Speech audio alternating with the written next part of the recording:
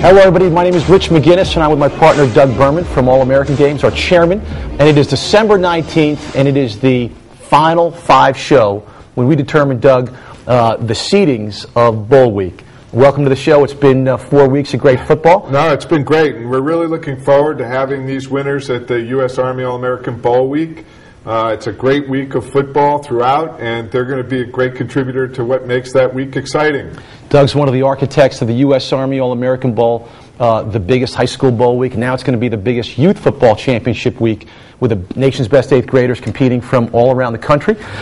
We are now going to talk about the bracket development and how we got to this day and how we now seed the final five teams. But before we do so, we're going to turn to our National Sales Director, Steve Quinn, to walk us through how we got to today in the bracket development of the five teams that you'll see in San Antonio.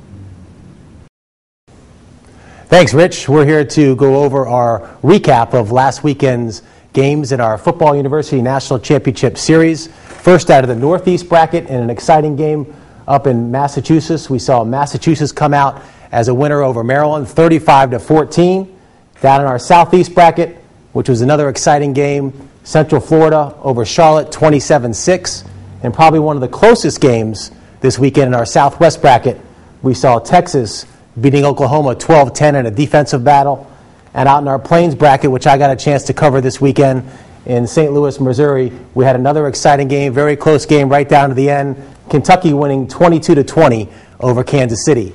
Of course, up in our Western bracket, we have a game this week still to go. Oregon plays the Inland Empire for the right to go to San Antonio. Exciting bracket. It's coming down to the final five here in our championship series. We're excited about having everybody here today, especially our studio audience.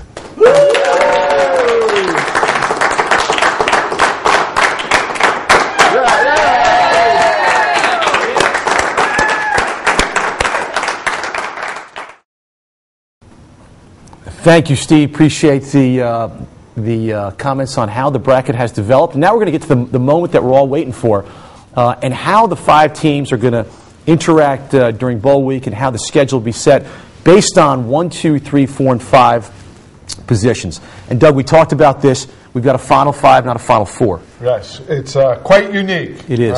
The road to San Antonio, the Final Five. The Final Five. So with five teams, obviously each team has a slightly different schedule during Bowl Week, and determine who gets the schedule. Let me just walk through how it works. You've got 5 balls, and each ball corresponds to one of the teams that will be in the Final Five. We don't know the 5th team yet, so we have a ball that just says W, meaning the West team, coming out of the Western bracket, either Oregon or California. But we know the other 4 teams, Massachusetts, Florida, Texas, and Kentucky. And there's one ball that corresponds to each one of their teams. We're going to preset the Western team as position number 5, and we're going to pick the 1, 2, and 3, 4 balls and see how they land on the scale up here. And we're going to be letting folks across the country watch this on our webcast live tonight. But we brought in a studio audience, and I'll announce them and point to them in a second. But to verify the accuracy and what we're doing here, besides our staff, we've got a studio audience of fans who've been watching this national championship throughout the last four or 5 weeks. And let's introduce our studio audience right now.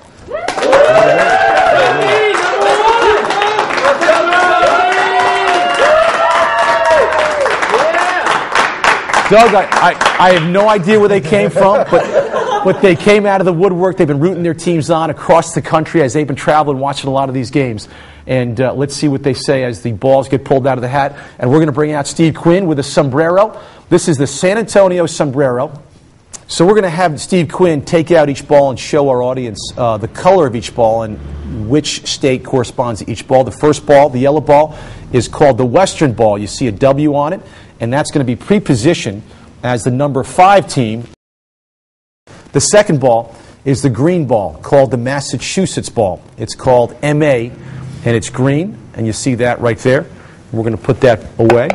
The next ball is an orange ball, corresponding to Florida, and you see FL on the orange ball, and again, that's the Florida ball. And the next ball is a blue ball, Kentucky. You see KY, corresponding to the initials for Kentucky.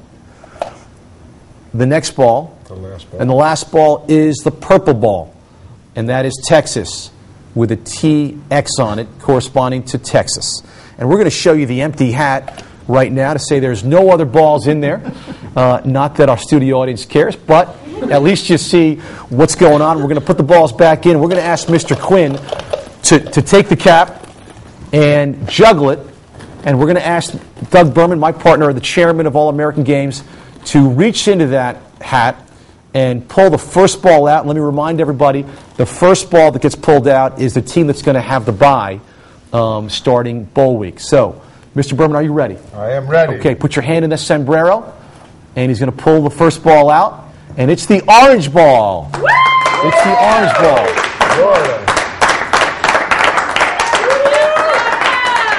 Florida will get the bye. Mr. Quinn, if you could place that up as the number 1 team, Florida, which means they will come in on Wednesday and start playing on Thursday. Mr. Berman, are you ready for the second ball? We are ready. Okay, please reach in the sombrero, pull that one out. And the second ball looks to be Massachusetts. Is that right? Amen. There it is. Amen. Massachusetts is ball number 2. So Massachusetts, the number 2 ball, will be playing the number 3 team, to be chosen right now by Mr. Berman, who goes in the sombrero, pulls out the Texas ball. Here we go.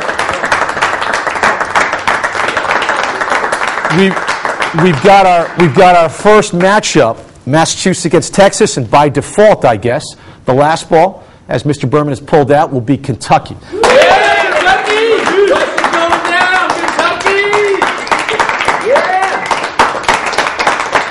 So there it is. For folks around the country wanting to know what the lineup is, obviously ball number 1, Florida, gets the bye. 2 and 3, Massachusetts playing Texas. What a game there between New England and the great football state of Texas. And then 4 and 5, the team out of the Western bracket playing the number 4 team, Kentucky, right out of the Midwest. That's really exciting. Can't wait to see all those great 8th graders down in San Antonio. Look forward to seeing you all. Thanks to our studio audience for coming and documenting this first ever ping pong ball selection night. And thank you so much. Look forward to watching everybody and these great players come bowl week. Hey, CBS, watch out. They don't have anything on Selection Monday. That's right. That's right.